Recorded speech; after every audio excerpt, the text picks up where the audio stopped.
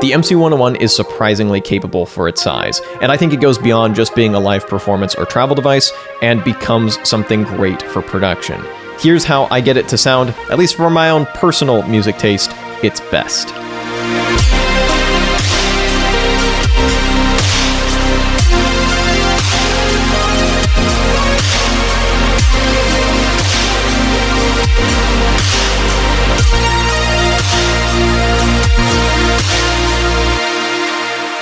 What's up, and welcome back to Gabe Miller Music. The MC-101 is a device that I still think is capable of a lot more than people realize, and I've made quite a bit of music and showed it to y'all publicly and walked you through it. But there are a couple of tracks in particular that have made little cameos on the channel that I actually think are the best ones I've made on the 101. That not only do I want to highlight and walk you through a bit more in depth, but I think also can kind of show you some interesting stuff about what the 101's strengths are and how you can kind of bring that out in your own music. Especially if the kind of neon-drenched retro-futuristic vibe is your thing, but even if it isn't, hopefully this is still useful. All right, so here's the first of two beats. The version that you heard in the intro was the processed in post version. I'm gonna get to that very briefly near the end of this video. Here's what it sounds like unprocessed just in the 101 itself.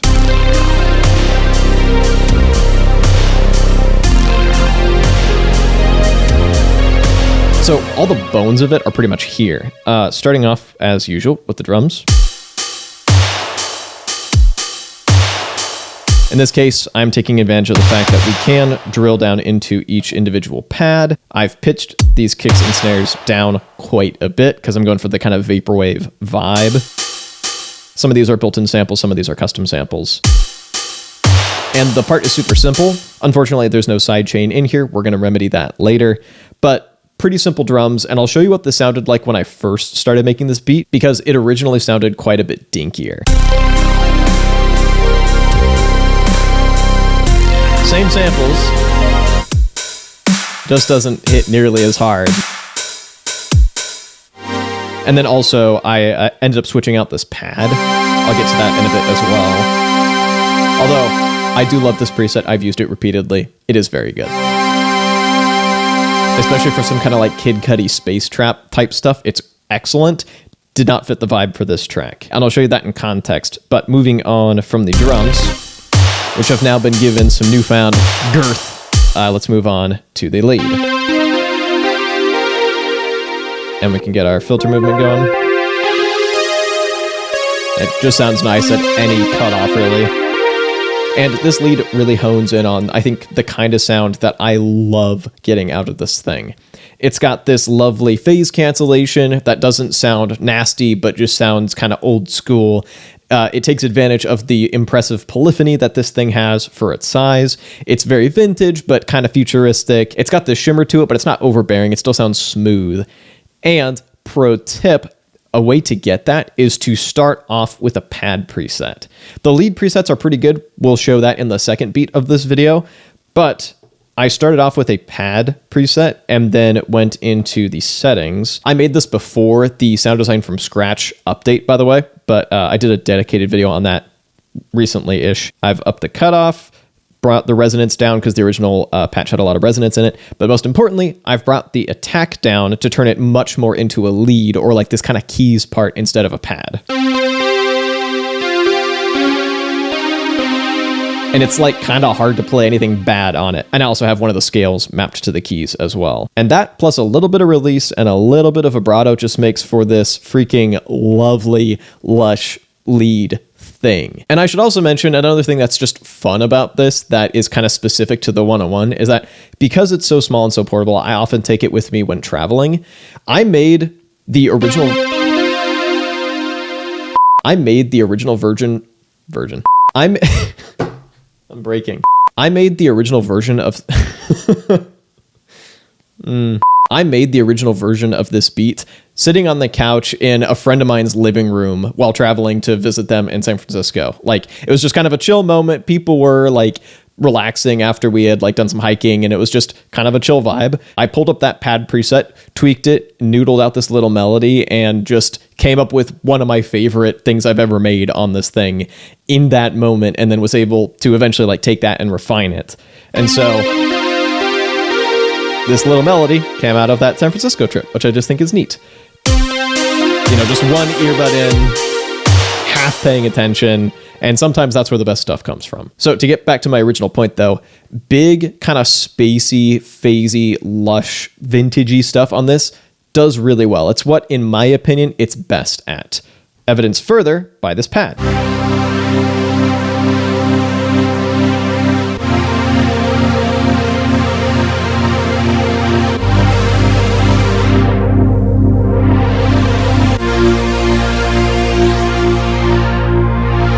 You add a bit of reverb in post to this thing and it just sounds magical.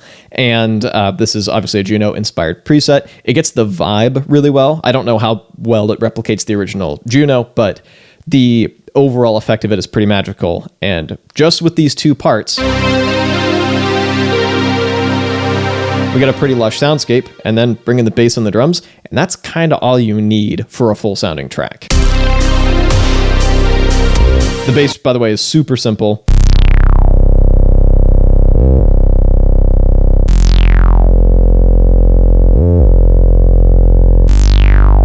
I've turned up the resonance a bit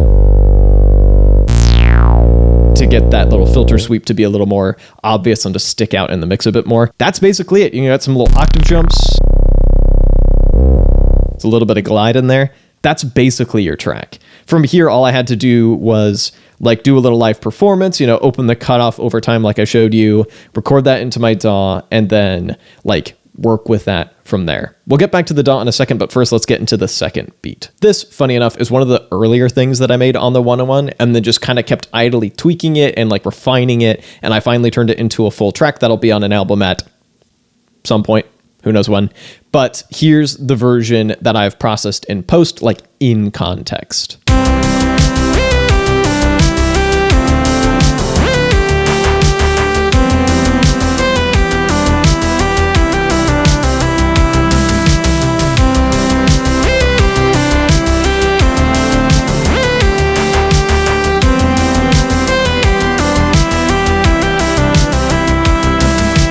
And quickly, here's what it sounds like just on the 101 itself.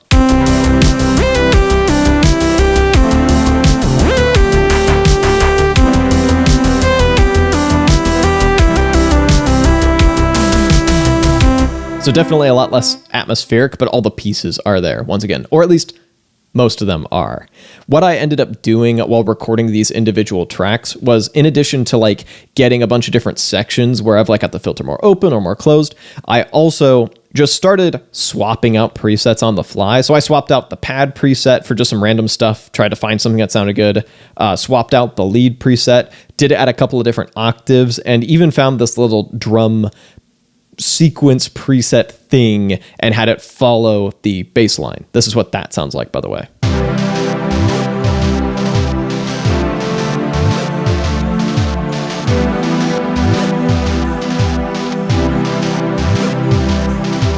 I recorded all that stuff into the session, and then it was easy enough to just grab those different parts and like snap to the first transient, snap those to the grid, loop them as needed, and make a full track. By the way, pro tip, in a lot of DAWs, including Reaper, my DAW of choice, you just hit tab and that'll like snap to the next available transient. And then you can just split the audio file there, pop it onto the grid, and you're good to go. Easy as that. I didn't have to like sync anything via MIDI because that's like more effort than just grabbing a transient and then scooting it. Regardless, let's get into these individual elements.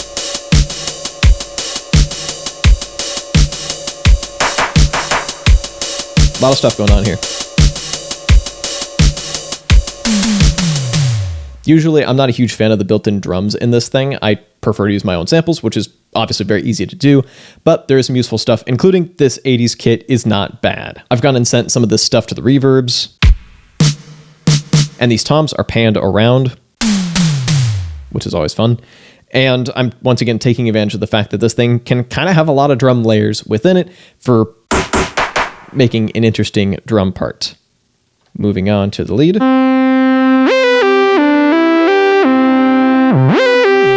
This is a fairly unmodified preset, if I recall correctly, but it's got this really nice glide to it. This is another kind of like iconic 101 sound, at least for me. Like if you followed the channel for a long time, you might recognize this preset from a couple other tunes.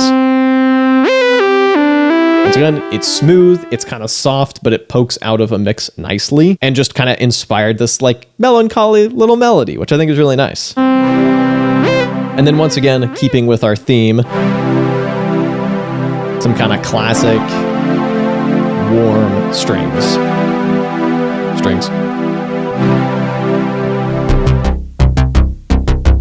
And unison bass. I found the bass presets on this thing to be kind of hit or miss, but this really captures that kind of like synthwave nocturnal vibe. Like it literally sounds like the bass from Nocturnal by The Midnight. If you know, you know. And once again, because this has no sidechain, I've just neglected to play that first note. I also have a second clip here. So I've got something to build up to.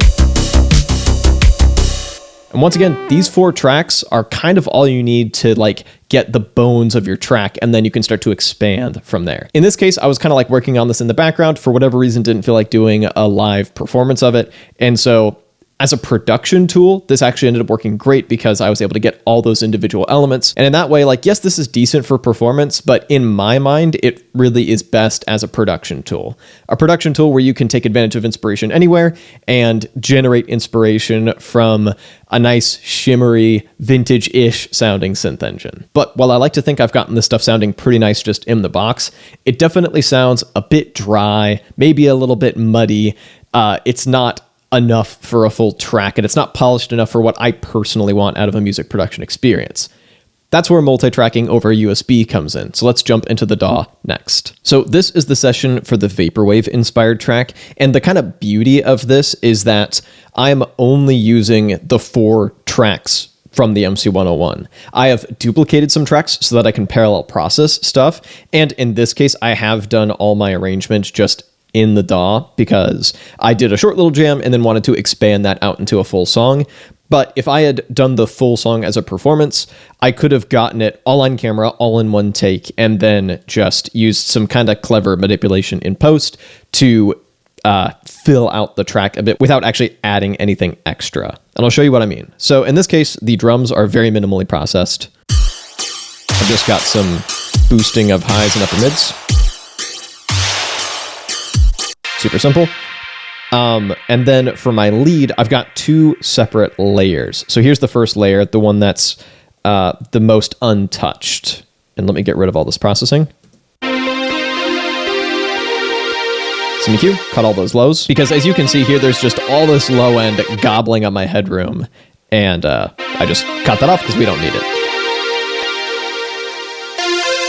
Spaced Out, one of my favorite reverb and delay plugins. It's this nice wide reversed delay with a big ol' reverb. And then a dedicated volume adjustment plugin. And I've just gone in and copied this little bit of automation to kind of duck everything manually. I prefer doing this to sidechaining a compressor because it gives me a bit more control. And of course, I have to do it this way because our beloved MC-101 does not have sidechain, which is tragic. And here's how it sounds with the drums. I've kept the sidechaining relatively subtle in this case. Not so much with some of the other tracks, but we'll see that in a second. Then I've duplicated that track so I can parallel process it. Where I use one of my favorite tricks to like get more out of hardware synth tracks. I have pitched this lead up an octave, and then once again, I've put Spaced Out on it, but I've increased the wet amount quite a bit. So we're basically getting this octave up reverb part. That blends nicely. I've turned it down quite a bit.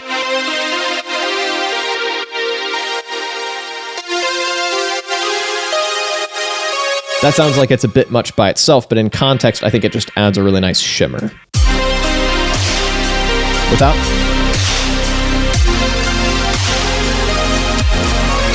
And you'll notice I've had it kick in here, so it works as a little like extra bit of arrangement, ratcheting up the energy level 1 bit at a time. Next up, bass. This one is sidechained a lot more heavily, as you can see from this automation. And I've just got some kind of intense EQ and a bit of distortion. So let me get rid of that.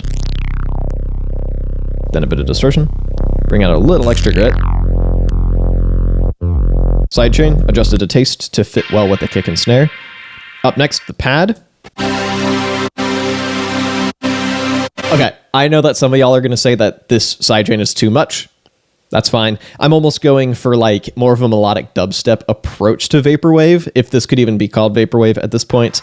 I like heavy sidechain. Cutting lows. Spaced out again. Crystallizer by Sound Choice. This is like a granulizer delay, and so in this case I have it pitched an octave up and the delay taps are reversed. So hear that lovely shimmer that adds. And that goes a long way towards bringing this pad to life, filling out the track even further. Before the reverb and delay. After. Sidechaining. And then, once again, another duplicate track. Using a very similar trick to the lead. Pitching this an octave up.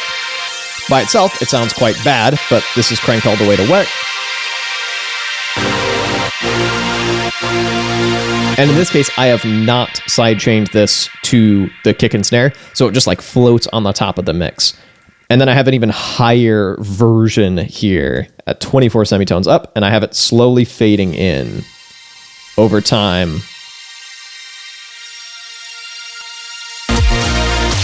And then I've just buried it in the mix. So those techniques, plus just the inherent polyphony and sound engine of the MC-101, have taken those 4 tracks and blown them up to be this kind of larger-than-life thing that you probably never would have guessed was just produced inside a tiny little groove box, for the most part. And of course, we can take this even further. Like on the other track, the more kind of nostalgic synthwave track, I recorded a bunch of extra layers while I was recording those 4 tracks, and then I just did the entire arrangement in post. This is definitely less on the performance side and much more on the production side, but in that case, I was able to just layer stuff up after the fact and create something much fuller than what you would have gotten out of the MC-101 by itself.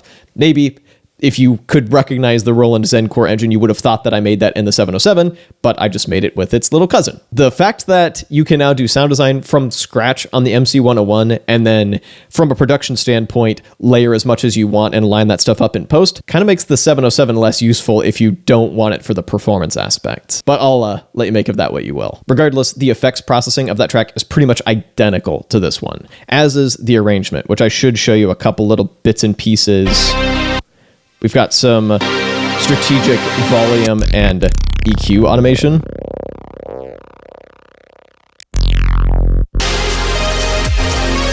And you'll notice I don't have any like other risers or anything like that. I've basically created my own risers with that double octave up track, for instance. And of course, we've got all the live filter tweaking that I actually did like while recording the original performance.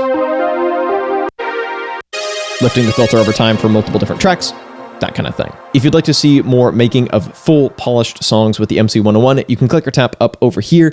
And if you'd like to see my coverage of the latest firmware update, it was a pretty huge one, you can click or tap up over here. Thank you so much for watching, and I'll be back with a new video in a little bit.